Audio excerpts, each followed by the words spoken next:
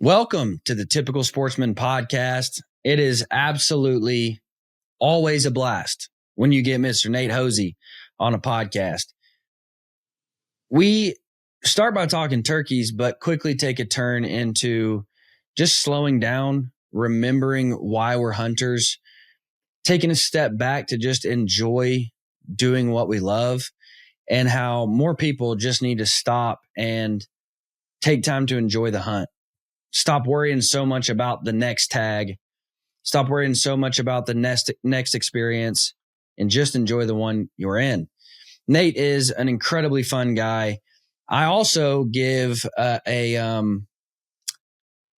give him some advice on some content that him and old Randy Birdsong should do that I think would personally just break the internet. And it might involve Randy getting tased. So Nate was all in on it.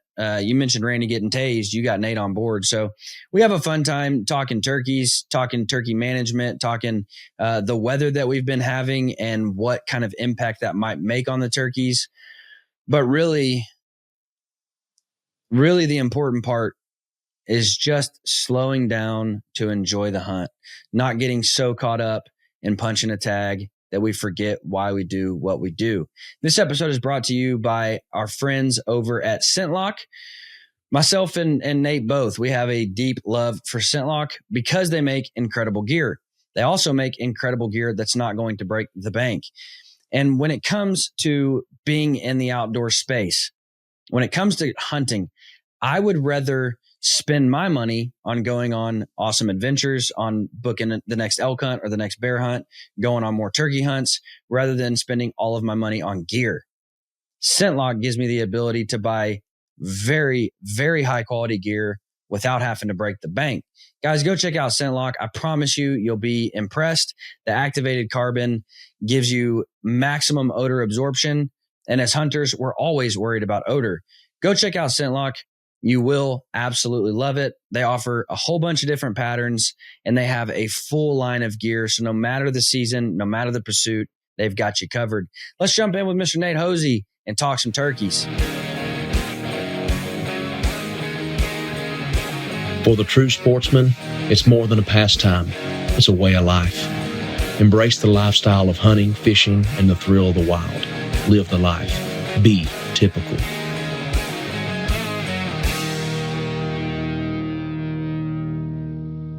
I have had a long time love for Garmin products, and for good reason.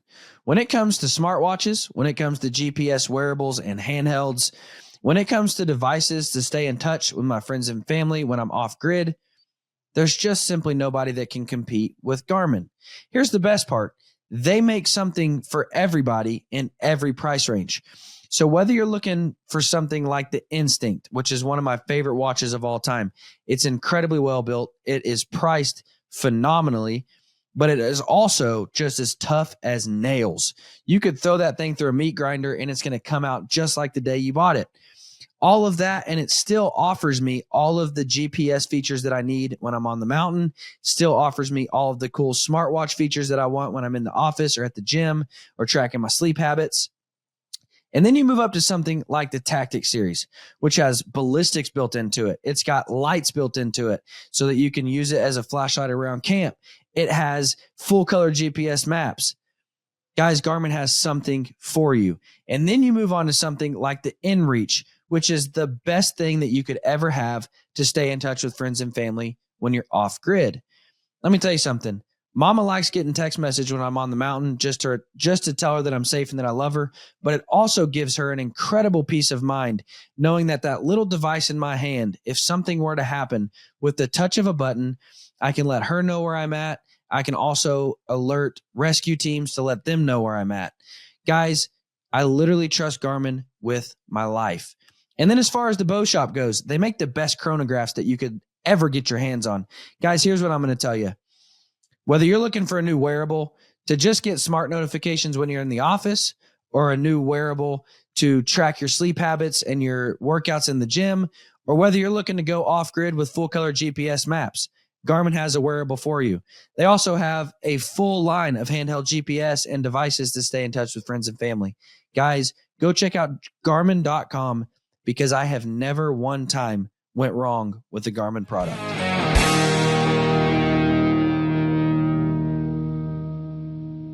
All right, Nate, the Birdman Hosie. What's up, dude? What's up, dude? How's it going? Oh man, been a crazy busy spring. I'll say that. For those of you that don't know, for those of you that don't recall, me and Nate almost fist fought at ATA because I said I don't like turkey hunting, and so I figured I had to have Nate on so he could recap his spring, talk about all the birds he killed.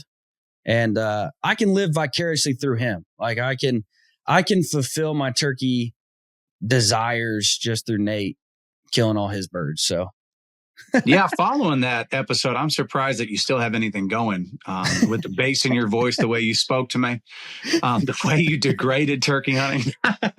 And then here we are. We're going to start things off right off the bat and just go right back and pour a little bit more salt on that wound. I'm not over it. Yeah. I've tried. I've done everything I can, but I'm still not there. Right. Have you like got counseling yet, or? I've seeked it. I've looked for answers everywhere. I've really just tried to find the peace within myself to forgive you. And like I said, it's going to take some time, and hopefully within that time, I can find that area of forgiveness for you. But for right now, it's still lost. I actually had Randy Newberg on not too long ago, and I was sharing with him. Well, he talked about not liking turkey hunting, mainly because he sucks at it. And I'm like, dude, don't tell Nate Hosie that. Like, he'll throw down with you. And, but no, I just can't understand it. I mean, well, here's the deal. I've got to kill 2 bears this spring, and I've got to be with my wife kill a bear this spring. So why would I go turkey hunting? You know, that's where I'm at. So, well, number one, congratulations to you and your wife. Thanks. And in doing both, I mean, for me, I've done both bear hunting and turkey hunting. To me, I just feel like there is, and again, I mean this respectfully, but depending on how you're bear hunting it, I mean, there's just more of a conversation to me, a little bit more of a, I will say, yes, offensive, right? Like when you're hunting bear. Now, again, keep in mind, I'm saying this as if, are you hunting over a baited area? Yeah. Okay. So like to me, you're very defensive there, to where in turkey hunting, I'm offensive. You know, I'm not going unless I hear one goblin. Right. I'm not, I'm having that conversation with him, where as a bear, I'm more or less just waiting for him to come and get some of those donuts there in front of me. And, once he does, make sure I can make a good shot. So again, not discrediting it by any means. I've done it and I enjoy it. But since I've been a kid, I've just been obsessed with turkey hunting. You want to see something funny? Since we're doing this podcast remote and I'm in my house, this is actually on my refrigerator. My wife found this while we were cleaning our attic. So we used to have a school newspaper, and it was called the Lakeland Lance back in the day. And this is from April of 2003. Okay. April of 2003. So let me see if you could see this. I'll try to put it up to the camera. It says, you think that you like to hunt turkeys. Have you met Nate Hosie? And it says here, women love him, turkeys fear him. No bird is safe. So this is from back in the high school days. You know what I mean? Look at awesome. How aerodynamic I was back then. Before all these grays. You were quick like a gazelle back then. I can move. You know what I mean? I'm like a Toby Keith song now. I'm not as good as I once was, but I'm as good once as I ever was. That's awesome, dude. Yeah. So, I've just, like I said, it has nothing to do with what's harder, what's this. I just have always been obsessed with the conversation and yelping at a turkey since I've been a kid. And I just love it. And when somebody's like, man, I don't like that, I'm just like, have you tried it? Like, have you been a part of one just ripping, coming up in there, all up in your grill? And like I said, some people just, they don't get into it, but I just can't get enough of it. Now, I will say, like, you're 100% right. Like, having that conversation, like playing with them, it is more of like you kind of get that Western feel, if you will, in spring. Like, so I do get that part of it. And that's why, I'll go every once in a while. I'm what I would call an opportunist turkey hunter. Like, I don't seek out birds, but if I don't have anything else to do, I'm like, I'm gonna go turkey hunt. And, like you said, once you get into that, like, talking sequence, oh dude, it is fun because you're playing with the bird rather than just, like you said, sitting and waiting. Right. However, like, I will say this year, so when we got to bear camp, I'll be honest, man. I practice at 20 yards with my wife, like top pin, like let's get you dialed in. And we get there and the setup was at like 27. And I'm like, crap, like I've not practiced pin gapping with you. I've not practiced holding high. Like, so like, what are we going to do here? And so I'm like, I'm just going to throw some sticks up. We're going to sit on the ground at 14 yards from this bear. And so that was like unreal. Like just having bears cool. on the other side of like, it was really cool. And you're like and Cam Hanes, like you see those videos of Cam, he's like petting them as they walk by him. Yeah, he's like a little braver. It's like a than gentle pet, and then he slowly turns back. I'm like, man, how close is he to that thing? Yeah, he's a little braver than I am. I'm pretty sure that's a camera angle trick. Like the camera's 90 yards behind him, so it makes it look like he's petting the depth bear. Of field. The depth of field. Really, yeah, for sure. And then my boy got to be with me when I shot one. I shot one in Canada, and when I shot one in Idaho, my boy got to be with me. Really and we were on the ground, and so it was fun, man. I mean, but yeah, how has your spring been, dude? I mean, you get to shoot a lot of birds. The spring was unbelievable. Like here at home, it was probably the wettest spring that I've ever remembered. Like I live here in Pennsylvania, and we're calling it Pennsylvania now. I mean, it has been I think at one point it was like 15 Saturdays in a row it had rained. Surprisingly, and again, I'm speaking at being at home now. This was during our May season here in Pennsylvania. Like surprisingly, and I give these turkeys a lot of credit. I mean, they still worked in a lot of that weather, and they still acted right, and we still got a lot of really great stuff. Even through the conditions, to where in some places, sometimes that kind of weather, that low pressure will shut them down bad. And not that some days weren't tough, and some days turkeys weren't really acting great, but for the most part, man, I mean, we still had a pretty great season. With the amount of rain and with the amount of moisture, we just, it went from yelping at turkeys every day right to the boot dryer and, washing your, I mean, it was just crazy how much rain we dealt with. But overall, it was an unbelievable spring. It was a great spring all across the country, all the places we hunted. And I can't wait to do it again next year. So I'm curious to know, because we have had I shouldn't say horrible because we needed it desperately. But we got it all at one time. Like there was a time now I can't even remember. I know we got like at one night, the night my studio flooded, we got 4.5 inches of rain in like an hour and a half. Like it was unreal. But we got within a 7-day period, I can't remember how many inches it was, but I know the lake that gives Wichita all of their water rose 13 billion gallons in 7 days. Now that's with all the feed offs and everything. But yeah, dude, there was like we tried to get to my boy's baseball game one night in like a neighboring little town, and the river, the Arkansas had flown over the highway. And so it's like, dude, like it was unreal. That's amazing. And what does that do to the bird population?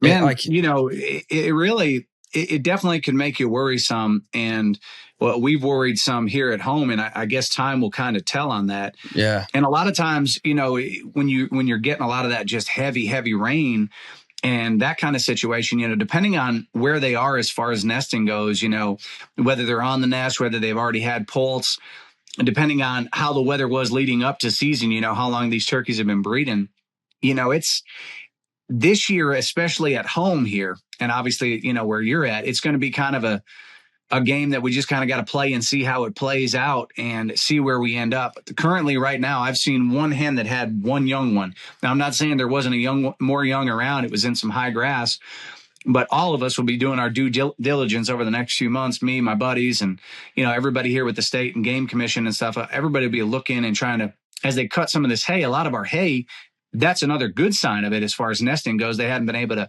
cut a lot of our hay fields because it's been so wet. Yeah. So, I mean, if they were still nesting and stuff like that, well, then, it could work in your favor to an extent, you know what I mean? As far as their nests not getting taken out when guys are mowing and stuff. But it's going to have to be one of those things to where we'll just see how it pans out. If there was a lot of poults born early, well, then you get concerned about, when you get a lot of that moisture. And early on in our season, we still had some cooler temps. They can get pneumonia, different things that'll kill those poults. They can't survive with a lot of that moisture and stuff. But, I'm praying for a decent hatch. I don't know if it'll be an unbelievable hatch just because of the weather, but I'm praying that nature works it out. I mean, the last couple of years, we've had a pretty good hatch up here. We've had a lot of jakes. So, although Mother Nature can get angry at times and be frustrating, I mean, she figures it out. You know what I mean? So we're hopeful that it'll figure itself out.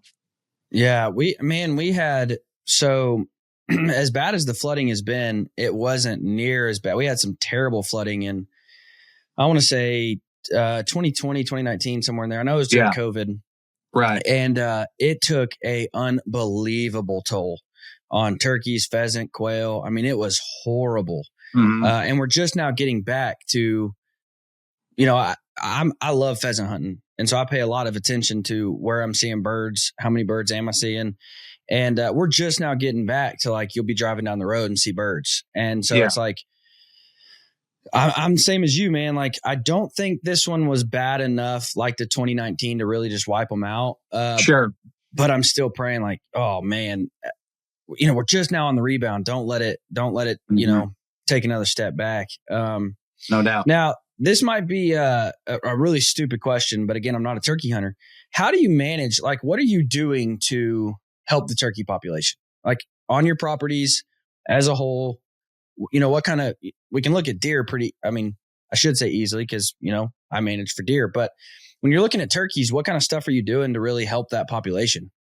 Well, I think, you know, if you just go at the hunting aspect of it, you know, like, and I'm only speaking again for the farms here at the house that I don't want to say control in any way because I don't control anything that Mother Nature does. I just kind of do my best to be a steward of the land and to benefit. Right. You know, first thing comes as far as hunting goes, you know, well, let's say, you know, we have a particular piece of ground. I mean, we're not going to go in there and just ransack it. You know, we take a turkey or two off a particular piece. That's it for the year. Even if there's some more gobblers on it, as you know, some pieces hold particular, you know, might have a larger number of turkeys than others. But, you know, we usually will not take more than 2 turkeys off any of the places that I have. That's number one, just from a hunting standpoint of things. You know, we could also back off sometimes the amount of people that we may take out or that we may have up throughout a year to try to, you know, control what we're kind of taking out to an extent. In addition to that, I don't trap personally, but I have several friends. I have a really good friend with the Game Commission that does a lot of trapping on properties that I could allow, or that, you know, they can go in. I'll allow them to go in and trap, obviously, to help from that side of things, you know, predator control. I think trapping could be insanely beneficial, you know, to that kind of stuff. I'll also go in at some points, you know, and brush hog early if we can. Again, if it's super wet, sometimes we can't get up in there, but I'll kind of create little areas and lanes that they can kind of maneuver through easier, especially those poults and stuff, and just kind of give them some room to get out there and be around. And obviously, you know, throughout your food plotting and whether you're putting in shoe or clover or any of that kind of stuff, you know, could benefit them as well. But just as far as what I do, it's mostly along the lines of, you know, trying to maintain a healthy number of turkeys we're taking, you know, number one, and because that you can control. I mean, you can't control, hey, well, I know there's 5 longbeards at this particular place because I've seen them out there strutting this, that. Well, if we get 2 of them, I don't care if 3 more move in, let's just kind of hold off on them for a little bit and let them breed and let them be, you know what I'm saying? Yeah. And then everything else is an added benefit as well. Like I said, from trapping to predator control. Cruz is getting big into coyote stuff now. So I'm more of an opportunist on coyotes. You know what I'm saying? Like, I don't dial in real super hard to predator hunting. I think it's fun, and we've done it a lot out west, and I do enjoy it. But now with Cruz, I mean, he wants to hunt every day, and I'm like, well, nothing's in season, but you know what I mean? But we can go shoot coyotes. So, you know, that could be something fun to get into calling as well. And I think all of it, you know, predator control and, you know, maintaining your numbers that you're shooting, doing your best to put some food sources in there, some areas they can get around, is all part of management per se. But there is no like, man, I'll tell you what, he's 2 this year. I'll let him get to 3. That's what I love about turkey hunting. I'll shoot every 2-year-old that comes in that I have a tag for and be thrilled with a 2-year-old. You know, any turkey I've ever really shot with big spurs has kind of been by like, oh man, he's a giant. You know what I mean? But when he was coming in, if he's got a full tail fan and a beard and I've got a tag, I'm ready to rock. Yeah. Now, you know, can you thermal hunt in PA for coyotes? Thermal? I'm pretty sure you probably can. I wouldn't know enough about like the thermal aspect of that just because I've never done it as far as thermal hunting for coyotes, but I know you can hunt at night. So I would imagine that the thermal aspect would be lawful. Again, I'd have to look that up, but I don't know off the top of my head for thermals here in PA.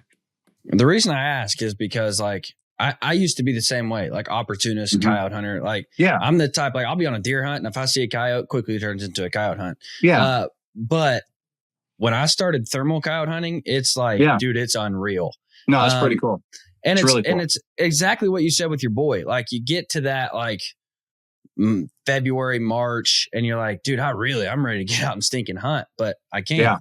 And thermal coyote hunting is fun just because of the atmosphere. Like you're driving around all night with the boys, you know, trying different fields. I mean, doing a set I've here. seen a lot of people do it, and like a lot of these boys, and you know, they're really good at it, and it's pretty entertaining to watch. It's pretty cool. It is legal, so there you have it. You can thermal hunt. Looks like it was introduced in 2020. The change allows hunters to use these devices for spotting and harvesting coyotes and other fur bearers such as foxes, raccoons, possums during the hunting seasons. Yeah. Nice. Now, I will say that like everybody gets fired up for coyotes, but if you really want to increase your turkey population, I like target raccoons. Like raccoons will take a devastating toll on your turkey population. No doubt. And nest robbers. Dude, like I've pulled up the fields and dropped a call with thermals, and you call and you'll see 40 coons just run out. Like, I mean, and it's insane. And you the coon like apocalypse. It's like a zombie apocalypse. Yeah, 100%. And you can almost like, I don't want to say it's immediate, but it's like, dude, if you go in and wipe off a bunch of coons, it's almost like, man, I'm seeing a whole lot more birds. Almost, it seems immediate. Like it just seems like one of those things where it's like, dude, I'm like in 1 year, I've made a massive difference in the turkey population on this property. Yeah. There's no doubt. Kansas, our coons got so bad that they actually opened it up. I believe it's all year. It might close for 1 or 2 months, but all year thermal coons, like just go out and shoot as many as you want. Yeah. And you want to talk about getting your boy fired up. Like, that's so fun, much man. fun. That's cool. It's a blast, dude. I mean, really just cool. seeing them come out of there is fun. So now you said all the states you've been to. What all states did you turkey hunt this spring? So this year we hunted Florida, we hunted Tennessee, we hunted Missouri, Oklahoma, New York, Pennsylvania. And there's probably another 1 or 2 in there, but that was the most of it. Oh, Mississippi. I went down to Mississippi and hunted some this year at a good friend's place. But you know, we hit quite a few states. I called in Alabama for an event down there for a Montevallo University down there. They auctioned off some hunts that I went down there with Eddie Salter and Philip Culpepper, and we did some calling down there. So that was another state that I had been in for a little while. That's cool, man. What's your favorite state you ever turkey hunted in? Other than PA, don't just say. Yeah, I mean, for me, like I always tell people, like hunting is like Pennsylvania to me. No matter what I'm hunting, I just love it just because I cut my teeth here. And I mean, you know, these are the woods that taught me how to hunt. And there's just a special feeling about being at home. But you know, as far as hunting turkeys, you know, one state that like I love it wherever turkeys are working right. Like I just absolutely love it. But one state that I look forward to every year, and that is just unbelievable, especially if you get on some places that have got them, is Florida. I mean, Florida is just, you hit Florida right. I mean, like not only they gobble good, they work good, but man, they are like a bunch of banny roosters. I mean, they are ready to fight, roll, rock. I mean, they are violent. Well, that's just the atmosphere of Florida. Even the people. Even the people. You've been in some fights down there? Well, just a couple, man. You used to brawl back in Florida? I'm a Razorback fan, dude. So I roll in there, and you got to talk crap to all them Gators, dude. Yeah, you roll up in the swamps, huh? I love it when you pull into. Listen, if you're from Florida, I'm just going to say this. Get over Tim Tebow. Like, I was in Gainesville not too long ago, and there's still a billboard of Tim Tebow. I'm like, guys, he's gone. Like, stop that. He's no longer your savior. Hey, he is still impacting the world and lives all around the world. I can't even say just the country. Hey, don't get me started. I love Tim Tebow to death. I love that he takes a stand for his faith. I love the gospel message he preaches. I love he's actually going to be in Northwest Arkansas with Willie Robertson and somebody else doing like just an event, a night of worship. Nice. They're all going to speak. Like, nice. I look forward to that stuff. I love Tim Tebow to death, but I just thought it was really funny. I'm like, guys, come on, man. Like, he's gone. Quit being a hater. Yeah. Well, you got to hate some things. Quit drinking that haterade. Do you hunt turkeys out west a lot? I have in the past. I've hunted in Wyoming. I've hunted out there for them, but not a ton. I really enjoy it, and I want to get back into it a little bit more. But a lot of the times, the season stays so busy between the South, Midwest, and home that and especially when I'm home, because a lot of times too, when I'm turkey hunting and stuff, I'm not just turkey hunting for me. You know what I mean? Most of the time throughout the year, I'm taking way more people. Yeah. Way more days than I'm actually hunting for me. You know what I mean? Or calling for a ton of people, whether it be, friend or family or partners or, scholarship type hunts or benefit type hunts, whatever it is. I stay pretty busy in the spring. Like I said, calling for a lot more people than I do just hunting myself. Right. But, as Cruz gets older and Nash, and I'd love to bring my wife and the boys out west and let them see that, because I do it's addicting to hunt them out there. In a lot of ways, you're maneuvering a lot through those mountains and different things. And it's almost it's kind of like elk hunting meets turkey hunting. Easterns, a lot of times they'll dial in hard to your yelping. And I mean, that turkey's, he's locked in on what you're saying and he's coming.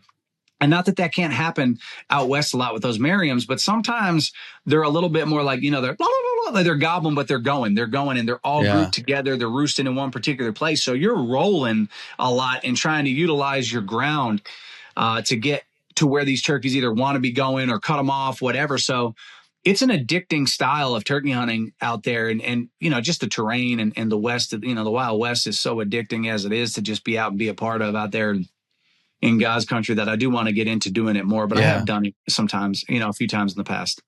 Well, and the reason I ask is because I think I would adore turkey hunting in the West. I think I could just fully become addicted to that, because again, and I do think that's one of my favorite parts about bear hunting is it gets me in the mountains in the spring. I don't have to wait till elk. I can go, like I said, we were in Idaho. And so, that was the first time my wife had ever not been out west, but ever been, I don't even want to say, I mean, we've hiked out west, but we had to drop into this nasty hole to get her bear. And so it was just man, this is what it is right here.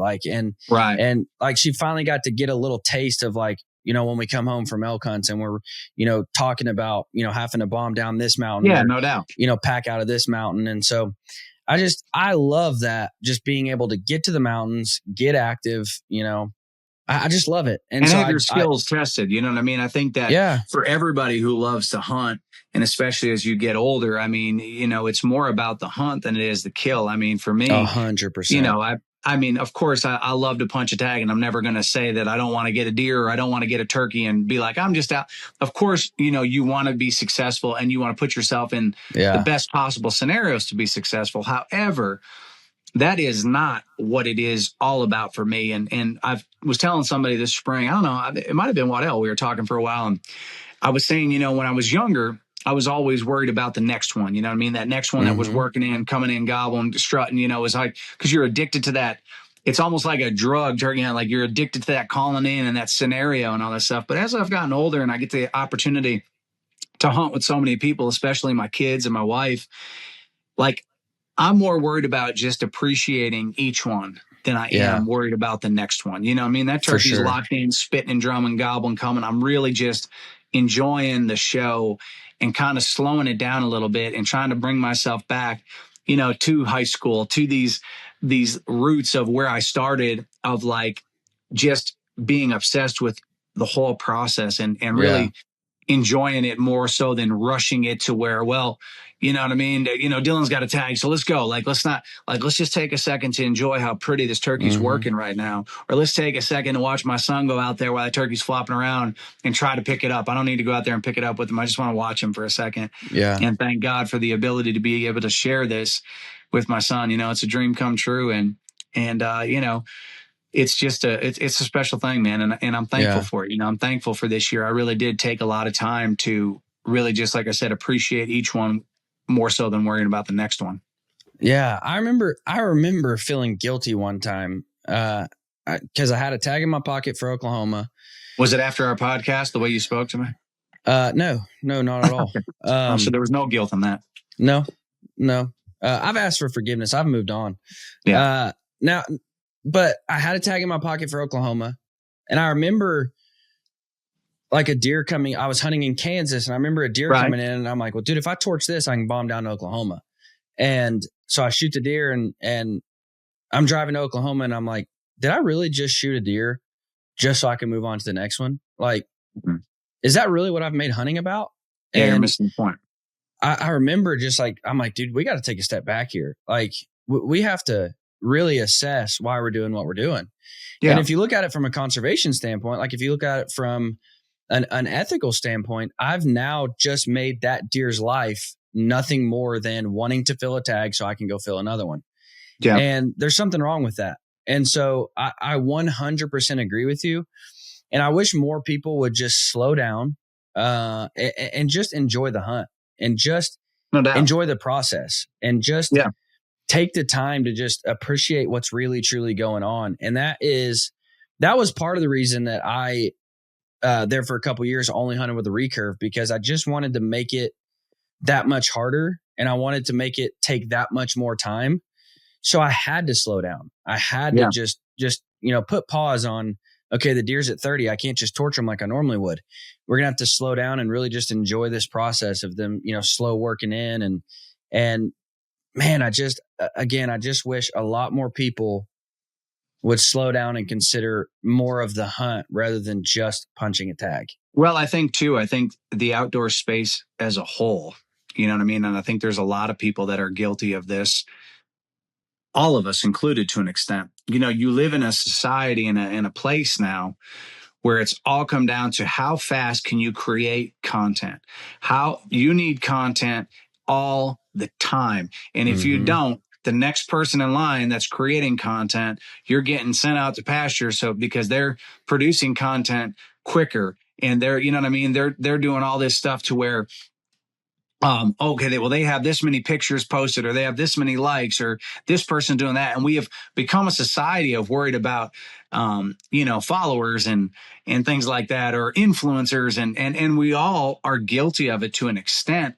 And I think to a lot of people, it has taken a little bit of that joy out of just enjoying it, because you feel like if you don't get on to the next thing and prove yourself to whoever it is that you have to prove yourself to, that you're not worthy of being in that outdoor space because so-and-so beat you to the punch when they got their Oklahoma tag punched and ran down to Kansas, or, and it takes away a lot of that enjoyment, because, you're so worried about having to create that next post or having to create that next engagement thing. And again, I'm not saying it in a hating type way. Trust me, I'm not. I mean, I'm guilty of it as well. I'm saying it in a reality aspect of things. My buddies and I, when we wrote Why I Hunt for the Woods Volume 1, I wrote it with Randy Montana and Dan Isbell, two of Nashville's greatest writers right now. And they absolutely love to hunt. They're great people. And, when we sat down to write that song, this was going back several years, I was like, I want this song to be about everything outside of shooting anything. You know what I mean? Like, what is hunting? Like, when you think about why I hunt, why do we do it? And when I think about some of my favorite hunts with my grandfather, it has nothing to do with killing anything. I mean, yeah, I shot my first buck with him and was there when he shot some deer and, all that stuff. But, I can remember I used to love the sound of the 270 shells in his pocket.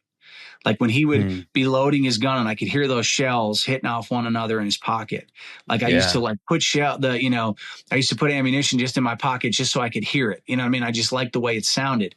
And I can remember, coconut cream pies against the base of the tree with him. And we'd be talking about it, and he'd be telling me stories about, several of his buddies or a deer that they got one year here.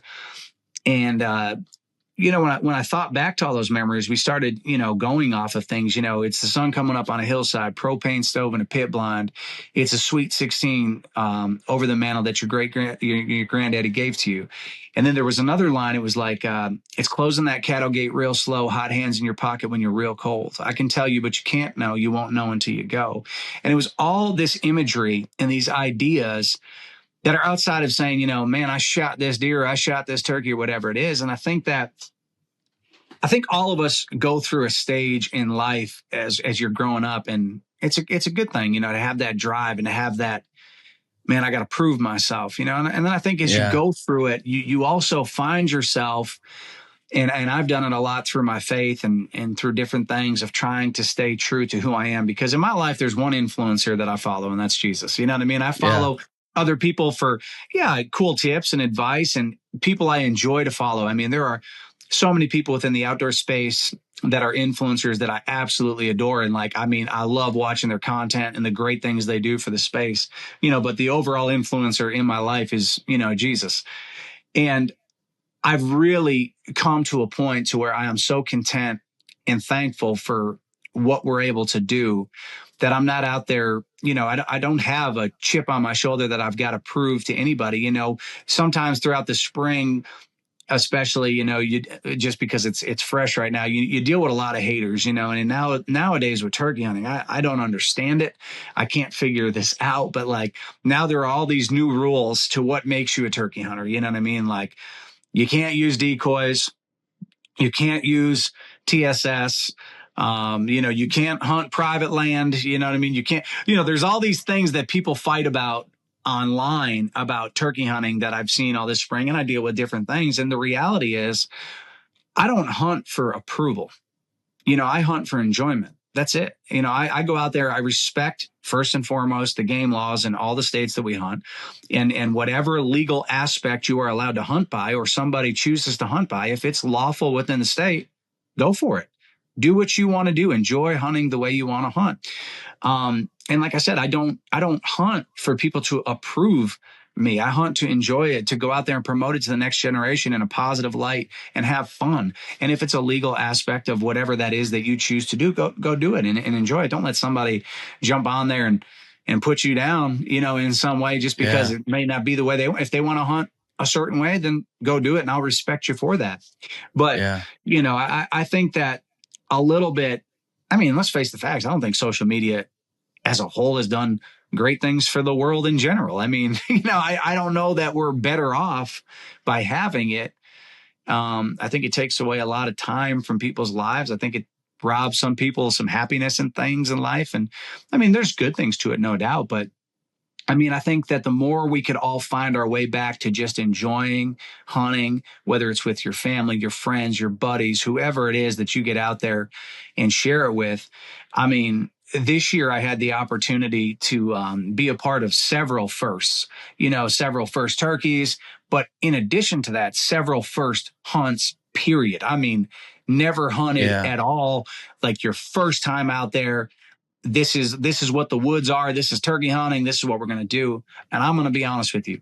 That is some of the most enjoyable hunting that I could ever be a part of. Yeah. Like, when you can go out there and it is so raw and it is so real and it is so okay, a turkey coming in, you hear that, he's spitting and drumming, spitting and drumming, you know what I mean? Or he's displaying coming up in there. Yeah. There is so much to that people I think people are still yearning for that. You know what I mean? And when God rest his soul and Phil Robertson passed away, I revisited a lot of just incredible moments that he had throughout his career. Impactful moments, a life truly changed by Christ, an amazing story, an incredible family that had been through so much, and even, so much image of Jesus within his wife and her forgiveness for him through all these different times. And I visited a lot of stuff that he said, and what a wise person he was, in our space, you know what I'm saying? And I think that a lot of what made them successful was a little bit of what we were all yearning for. Phil wasn't necessarily chasing fame by any means, just kind of found him through who he was. But I love the slow down aspect to him. There was one that was playing a lot, I keep life simple. I stay in the woods as much as I can and all that stuff. And that, it really, resonated with me. And I think with all of us, I think in the high speed world we live in right now, I think if we could slow hunting down just a little bit and remember the appreciation, sit out there, listen to a turkey gobble. I'm not necessarily worried about killing him. I'm just listening to him right now and thankful that I could be out there. Let my little boy see his eyes light up as a turkey's coming. See first time kid, that got his first turkey just going absolutely ballistic next to us. Screaming.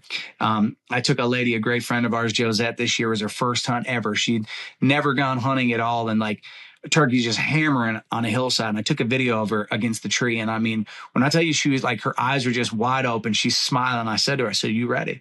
And she said, "Yeah." And it was like Christmas morning, and like That's just cool. the excitement. And I think all of us need to revisit that in our hunts going into this fall, going into this spring, and remember how blessed and fortunate we are to just be there, to just be in it. Don't worry Yeah. about a like, don't worry about a follow, don't worry about what would people say? Could I get engagement off this? Just go out there and for a minute, 10 minutes, 20 minutes, 30 minutes, an hour, however, 5 minutes. I don't care what you do. Just enjoy it. Just be thankful to be there. Just consume yourself in it, you know? I remember being challenged by somebody in the industry, and they said, "Dylan, when's the last time you shot an animal and didn't post a picture of it?" And I'm like, "I don't know." He's like, "Why do you feel like you have to post it?" And I'm like, I don't know. Like, that's a good question. And like, it really made me stop and think, like, why do I think I have to post everything along the journey? Like, you know, because we post not only the harvest shot, we post, you know, the drive there, and we're posting pictures of hanging stands. And like, why is it that we feel like, now I understand to an extent, like we have obligations to fulfill, contracts to fulfill. I get that. But when's the last time, like, you went on a hunt and you didn't have any cameras? There were no microphones. There was no taking pictures. It was just, I'm going to go hunt, and I'm going to enjoy it for what it is. And that's why, like, so many people are like, "Where's your favorite place to hunt?" And I always say Arkansas, and which sounds funny because, you know, I get to hunt Kansas, Missouri, killing, you know, much bigger deer than you're ever going to see in Arkansas. But that's where I was born and raised. And so when I get to go back home and hunt with dad, and, you know, we sit in his tower blind, and I don't have to worry about cameras. I don't have to worry about taking pictures. I don't have to worry about, I'm just hunting with my dad. And like, you know, I tell, like, yeah, the doe I'm going to shoot weighs 70 pounds. We're going to throw her over our shoulder and walk out of here. But I'm with my dad. I'm in the tall pines that I grew up hunting in. I'm in the Ozarks where I just, you know, that's, like you said, that's where I cut my teeth. That's where I grew. That's where I learned. And I'm with the person who taught it all to me. And it's just unreal. And sometimes I think we just forget those moments. And I'll never forget, man. I had an experience, I think it was 21 or 22. And I was on my way home from a Missouri hunt. And this was when I was still doing the bear archery podcast. And so I had some guys from Bear there on the hunt with me. And one of them shot a deer and we never found it. Well, my dad was going in for a routine surgery, like just a quick in and out thing. And at least that's what it was supposed to be. And we're on our way home from the Missouri hunt, and I get a phone call from a belligerent mother. Like, she can't even put words together. And I was 3 hours from my house, 4 hours, 5 hours from home. And basically all I got from it was that they couldn't stop the bleeding, and my dad wasn't looking good. And I just pull over and start weeping, man. And I'm in the truck with a bunch of non-believers, but I'm just crying out to God in that moment, like, "God, please help my dad. Just watch over and protect him." And I remember looking at him and saying, "Who am I going to call when I shoot a deer if my dad's not here?" And not that he's coming out to help me. He lives a long ways away. But he's the first person I call every time. And I'm like, who am I going to call if my dad's not here? And a few hours later, he comes out of it. And his first words were, "Did they find the deer?" Nice. And I'm like, "Dad, no, they didn't find the deer, man." And my mom's like, "Are you serious? I just thought you were dead." And the first thing you say is, "Did they find the deer?" And I'm like, "But that's who he is. Like, that's the relationship we have. It revolves around hunting and talking sports. And so those times, and now even since then, it's even more sweet to go back home, Thanksgiving hunt, sit in a stand with my dad, spend time with my dad. Like you said, you're going back to that childhood almost. You're going back to the sitting up against the tree and eating the oatmeal cream pies. And, your dad still has that old, nasty looking, pale green Stanley thermos, and he's pouring you a cup of coffee. And it's man. Yeah. And it's a lesson there of time, right? And I've said Yeah, this forever. 100%. But, I learned at a young age when we had lost my sister in a tragic car wreck, I learned the value of time, and at one point, what was the toughest time of my life had turned out to one of the greatest lessons of my life, how in a split second, just like you just explained, everything changes. Yeah. And so when you break it down and when you go back to your roots of hunting and you think about it, it's like, you definitely don't want to take it too serious. You want to enjoy it. You want to have fun. I shot a lot of spikes and 4-pointers with, we'd call them no-nos. There's Josh and my grandpa. And I would give anything to go back and shoot a spike and a 4-pointer with my grandpa sitting next to me. If you tell, I think we talked about it. If you said, Nate, you kill a 200-inch deer tomorrow and it'd be a deer of a lifetime, or you can go back and shoot a 1-horn spike with your grandpa, what are you doing? And I'm going with my grandpa every single time. Yeah. And I've been in camps. I've been places. Trust me, I've seen this happen, and we're guilty of it as hunters in trying to create all this idea of control, that we control all this stuff. This is my deer. Come on, like, this is God's creation, number one. That's first and foremost. So you don't, unless it's in a fence or like something like that, like, you don't own it. You know what I'm saying? Like, if it's out in God's creation, like, you don't own the deer, so it's not your deer. But like, I've seen people just absolutely devastated to the point of like, you're like, man, you're going to be okay. And they're like, I thought he was 4. Yeah. I'm like, okay.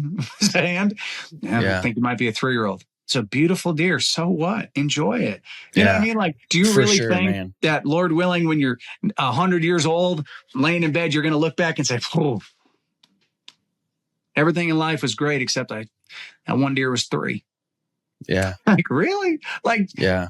Come on. Like, I have seen entire atmospheres of camps ruined because they think, oh, this deer wasn't really. Let me tell you something. Enjoy it. Appreciate the time. Appreciate the deer. If he's not, he's not. That's a great deer. You know what I mean? Like, I hunt off of what I like. If I see something I like, I take it. And again, not discrediting learning and age structure. And that's all a great thing.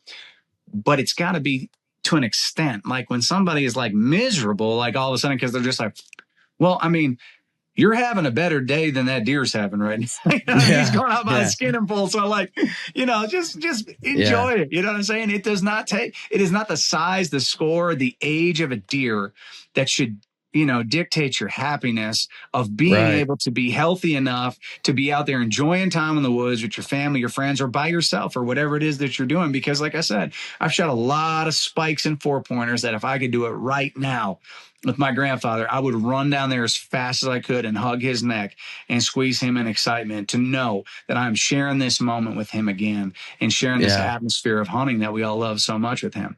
And it's like, just knock it down and just don't take it so serious. I'm not saying don't do it. I do it myself to an extent.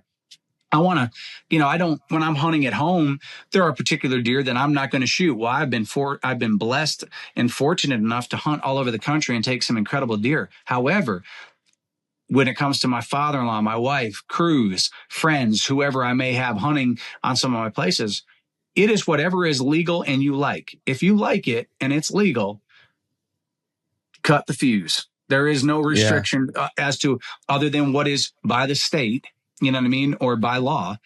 You take what you want to take. You know what I mean? I can choose to shoot what I like or, what I'd like to, but I don't tell, hey, this is off, whatever, enjoy it. I want hunting to be fun. I want my son and my father-in-law, my wife, to be able to just enjoy it and just get lost in that. I don't want somebody shooting a deer and walking up and be like, oh, Nate's going to be mad.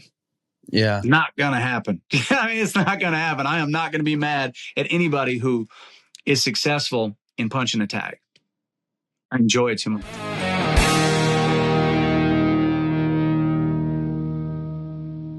Guys, I absolutely love arrows. I'm an arrow enthusiast, an arrow junkie, if you will.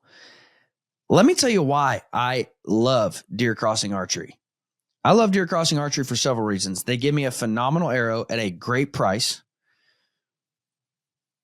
They custom build your arrows. So if you go on their website, if you're not an arrow builder, you can go on their website. You can select your vein colors. You can select your wrap colors, your knot colors. You can select the length you want your arrows cut to, what kind of outserts you want, total overall arrow weight, FOC. You can build all that on the website and get the exact arrow for you. Arrows are not one size fits all. We all have different needs, and Deer Crossing Archery, they understand that. So I can select my shaft. I can select, what ethics kit I want on that, what weight I want it cut to, what length I want the arrow cut to. It's a one-stop shop for building my arrows online. However, they simply just build really good arrows at a phenomenal price. Let me tell you about my favorite arrow. My favorite arrow is the Rupture Pro. Reason being, it's a phenomenal 204 diameter arrow at an unbeatable price. Again, I can get that with an ethics kit straight out of the box, so I can figure out what weight I want to run out front. I can get my FOC just right. That arrow is a perfect arrow for my recurves. I can tune them really well with that because, again, I can work with that ethics system. If I don't want to change all my broadheads out, I can work with that ethics system to really tune that arrow good to my bow. But they also just perform really, really, really well out of my compound. I have shot 12 animals now with a Rupture Pro. I just love the arrow. It's a phenomenal arrow build. And again, it's not going to break the bank. Guys, go to deercrossingarchery.com. Use code TYPICAL, all caps, typical, to save you some money on your order. But I promise you, you will not be disappointed when you build a set of arrows at Deer Crossing Archery. Go check them out.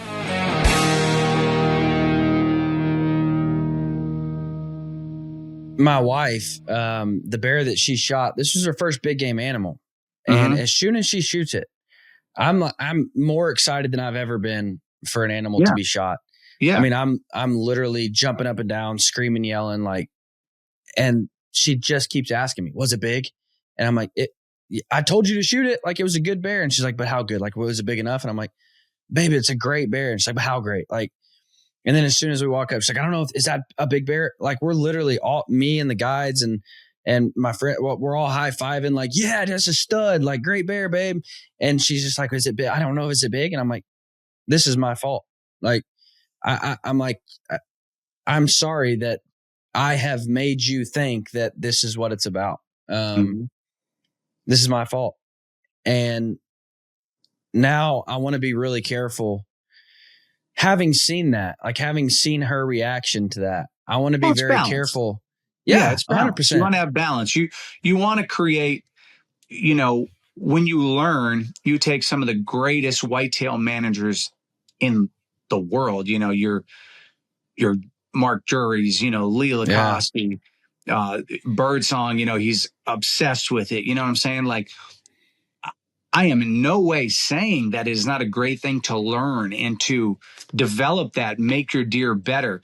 I'm just saying we got to remember there has to be a balance for fun, right? Like 100%. I want when people are hunting around me and hunting around my camps or hunting whatever, let's all have fun. You know what I mean? Like, let's not take it too serious. I remember years ago, I went to hunt with the Kiskies, Don and Candy Kiski, and it was like, this was a mega hunt for me. I mean, they're people I've looked up to for a long time. I've been major fans of Whitetail Freaks. They've been some of our best friends along the way, but I can remember, I told Scuba, I'm like, bro, I am going to get thrown out of Don Kiskies. You know what I mean? I'm like, here I am growing up in Pennsylvania. I'm going to see the first, 145 that rolls up in there hard, and I'm going to sling one, and Don's just going to literally just yank me out of that tree and toss me out, And I'll never forget, we get there and Don's going through here's some deer that might be on this place. Like, this is a good buck. This is that. He's like, really? He's like, these are really the only two deer right here that I wouldn't want you to shoot. You know what I mean? But if you shot them, it's not a big deal.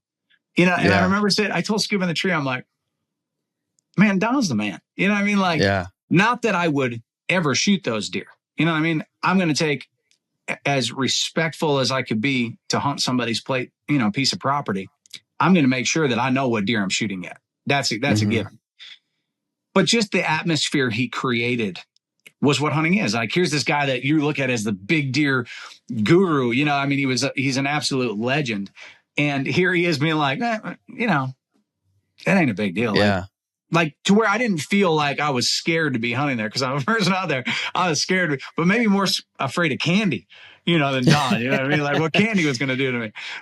But I mean, just talk about just a class act he is. You know what I mean? Just and all those guys, Mark Lee, they're all just, they have such a balance of like true educators and true, like Mark, scientists and that, of the sport and of hunting, that could help you be so much better. But at the same time, you watch their programs, you watch their social, you watch their families. They have created fun for the people around them. You know what I mean? And that's the most important stuff. Well, and I think good land managers, like when you get to that level, you understand, man, if Nate shoots one deer that I don't want shot, it doesn't ruin my whole property. Like, no. And I remember like having to get Randy's to that got to deal with that every year. You know what I mean? Randy's, yeah. Birdsong's got to deal with that every year. Yeah. But I remember like I took a special needs kid out and this last fall. And I remember just like having to remind myself, if he sees a buck and he gets fired up and he shoots it, it's not going to throw this property off its wheels. Like, just who cares, man? It's one deer. Now, do I want 25 people going out and shooting spikes? No. But like, if this one kid sees a deer and shoots it, like, sure, it doesn't matter. Even if it was going to grow up and be a 180, it's okay, because those genetics still live on the property. Like, he didn't kill off the genetic bloodline because he shot that one buck. Yeah. And so, like, you just have to remember that, man. And you have to take it for what it is. And going back to your point, of taking people on there first, like, yeah, I got to take my wife on her first, big game hunt, and that was cool. But she's also not, she can go anytime she wants. Yeah. I just finally talked her into it. I basically had to say, baby, I'll buy. She wanted a Frenchie bulldog for so long, and I said, baby, I'll buy you a Frenchie the day we get back if you'll go on this hunt and have fun and enjoy it. And you went all in. Oh, I did, and she has a Frenchie now. Anyways, all he does is fart and snorts. It's incredible. So poor investment. Poor investment. But I got my wife on a bear hunt, so should have went turkey. Yeah. But anyways, I got the opportunity. I work with this organization called the John V. Mesh Scholarship. Yeah. Oh yeah, you sang the firefighter song, and at the Pope and Young convention, his brother died in the line of duty. That's why this all started. And anyways, and so they worked to get youth out hunting. And I said, well, hey, I can take some youth out thermal coyote hunting.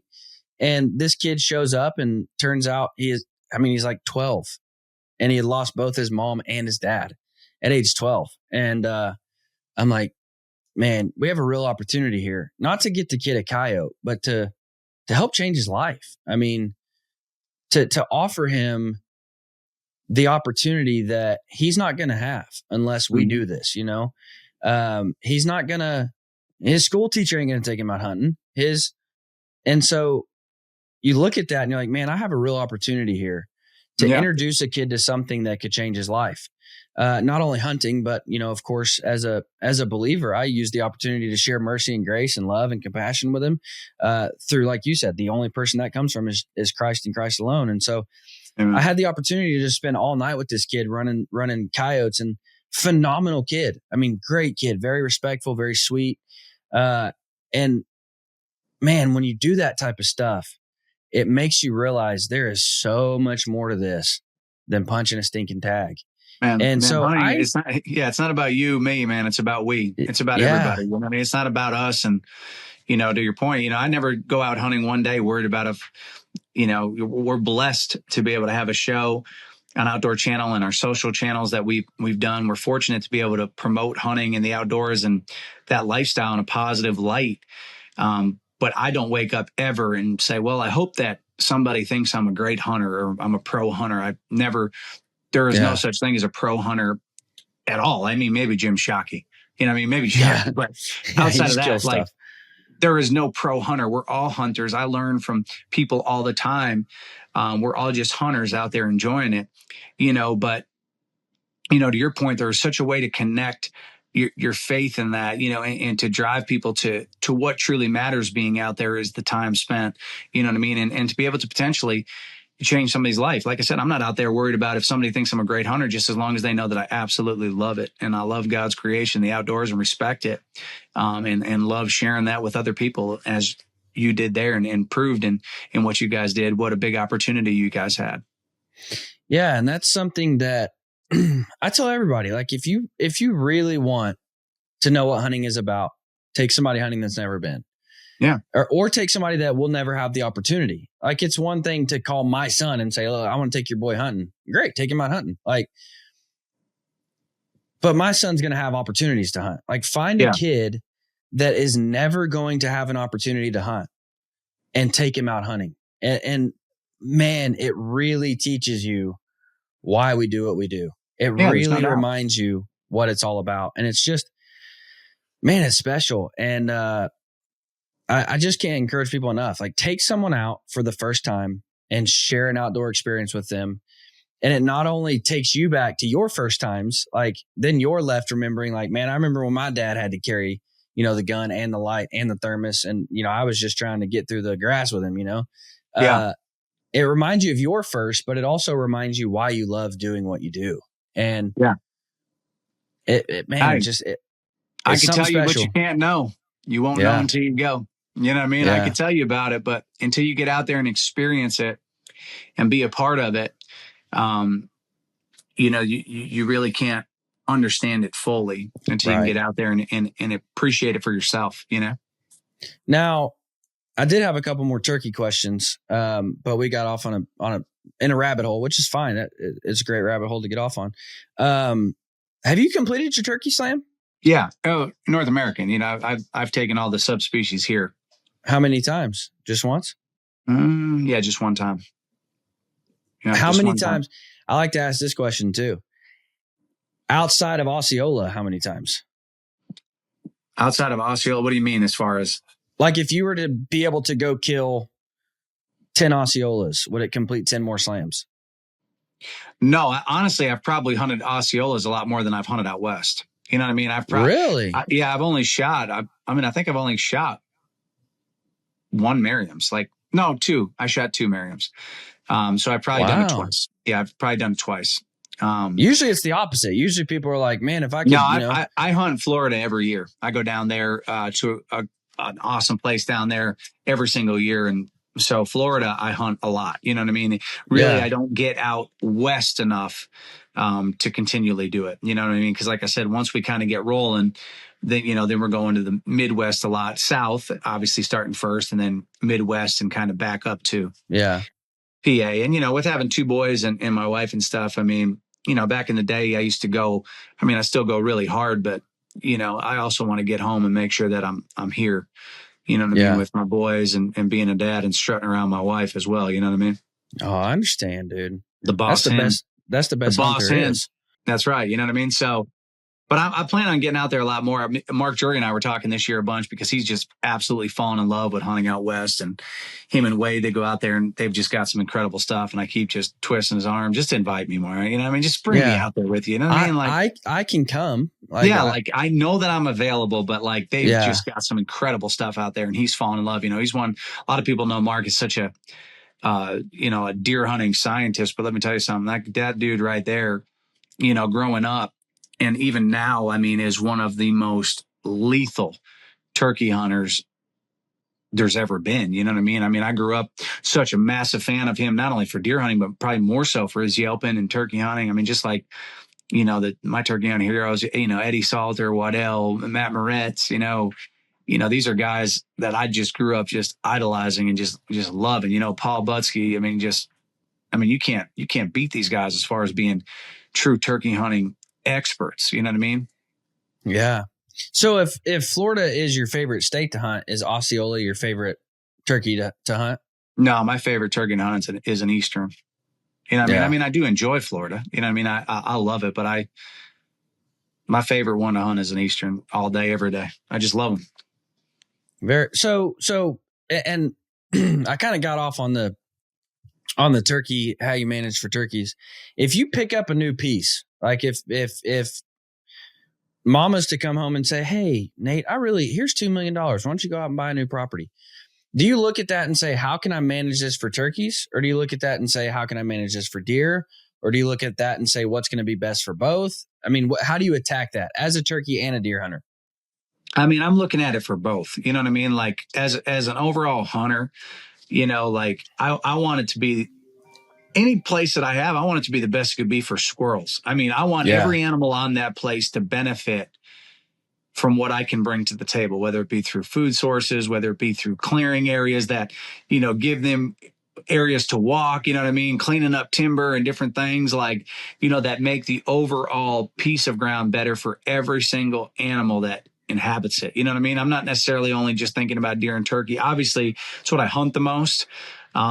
So yeah, that's what I'm looking at first and foremost. But, like I said, just going back to everything. I mean, I think that, you want to establish food, you want to establish cover, and you want to establish comfort. You know what I mean? You could have a lot of food and you could have a lot of cover, but if you're in and out of there all the time and they don't have that comfort, they're not going to spend as much time on you. So you want to, I've learned a lot as I've gotten older. One thing that in having the opportunity to hunt a lot of places and to be a part of a lot of great places to hunt and around a lot of really great hunters who I have learned a lot from, your access and all of that stuff is just as important as your great looking clover plot. You know what I'm saying? Like if you're just constantly blowing them in and out of there, it's not going to be as good as it can. So you want to develop strategic ways to get in and out, plant your areas if it allows in areas that you could access easily and then get out easily without disturbing them every single time you get out. So you almost learn a little bit on how to hunt smarter and not necessarily harder.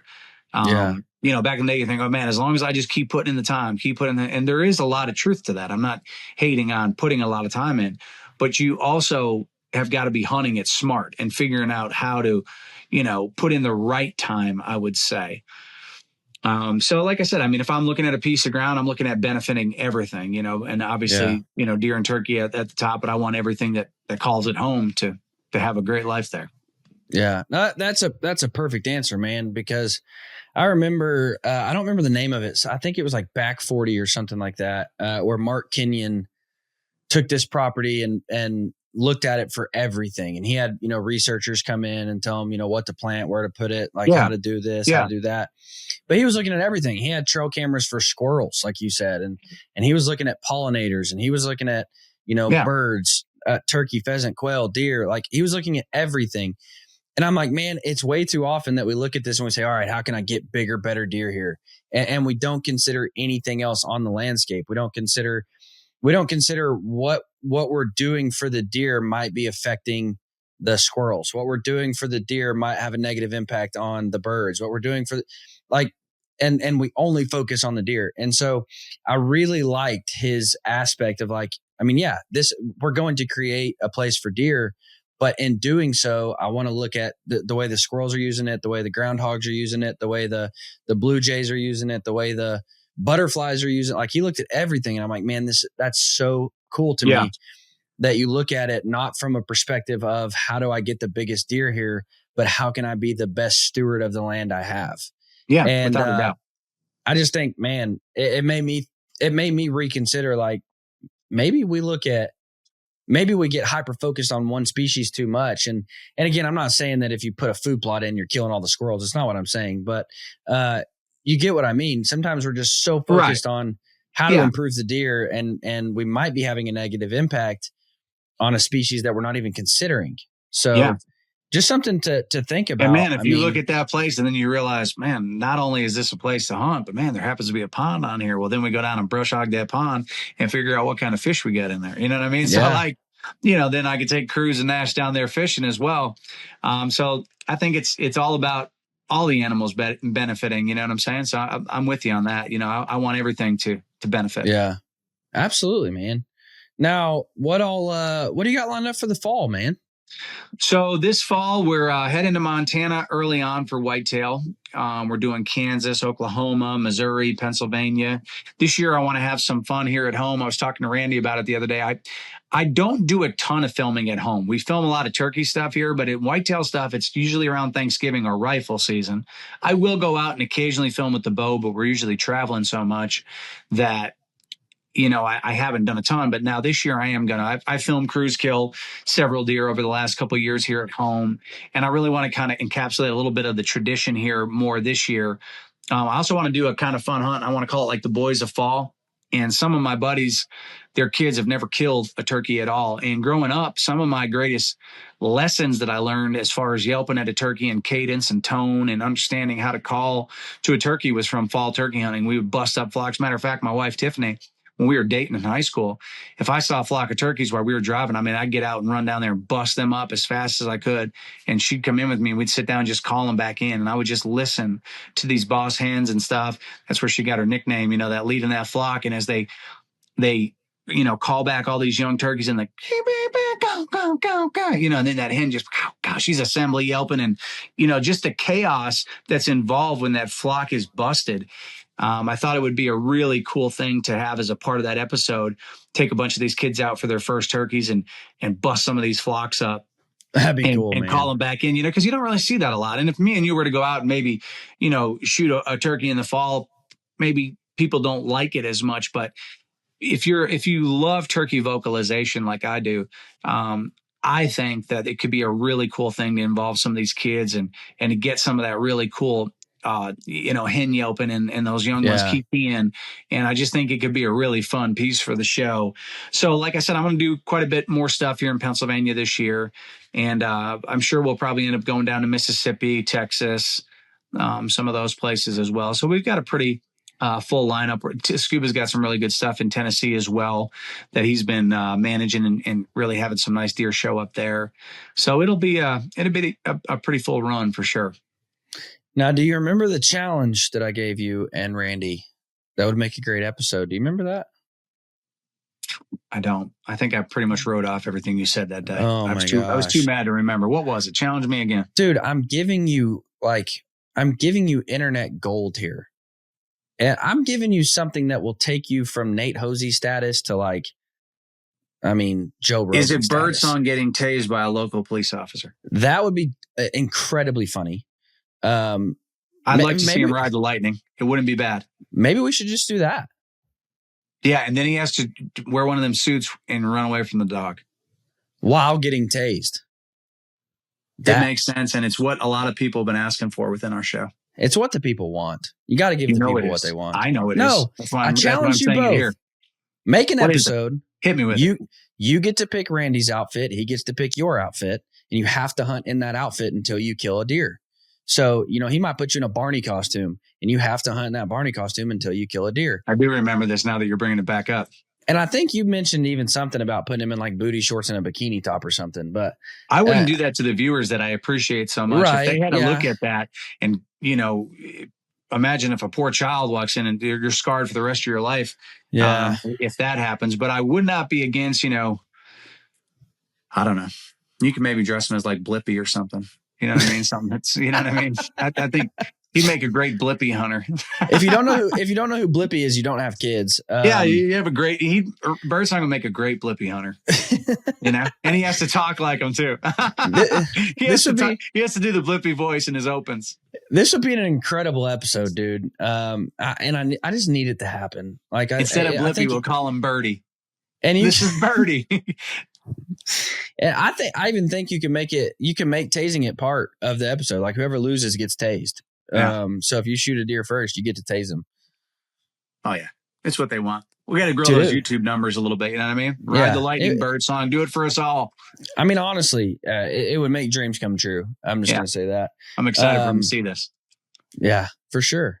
No, that was my challenge at ATA.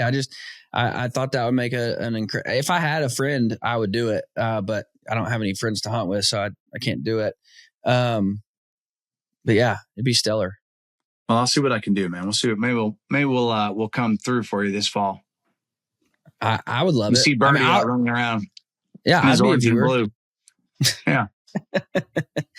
What do you think he'd put you in though? I mean, I think he mostly sees me as more of a Rambo type. You know what I mean? I think he sees. I mean, I think that's the first thing he thinks of when he sees me painted up. He's like, it's like I'm hunting with Rambo. You know what I mean? Yeah. Although the shirtless part of it, you know what I mean? It's not going to look the same. It's going to be more of a dad bod. Not more father of it figure. will be. Yeah. Instead of the 6-pack abs, I like to have one singular muscle. Yeah. It's not a dad just bod. It's a father figure. That's it. That's what it is. Oh man. Always a pleasure having you on, Nate. I appreciate you, brother. And all the people watching. I appreciate all you guys. Yeah. If you've hung in here this long, you're a true listener. I'll say that.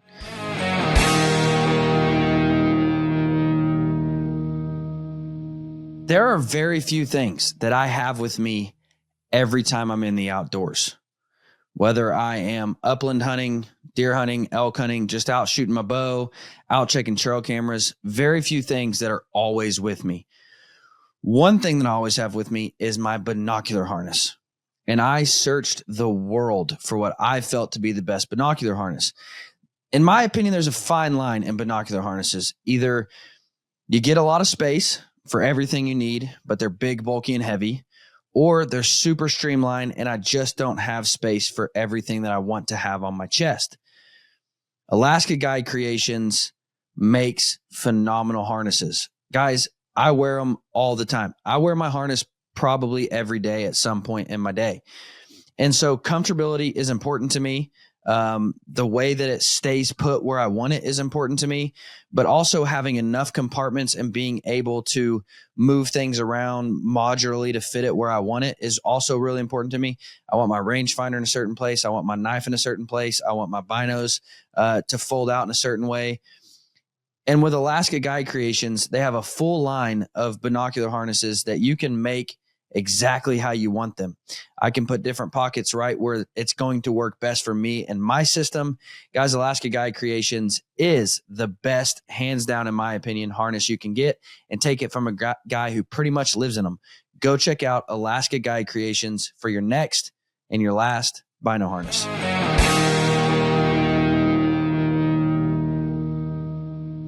Guys, thank you so much for listening.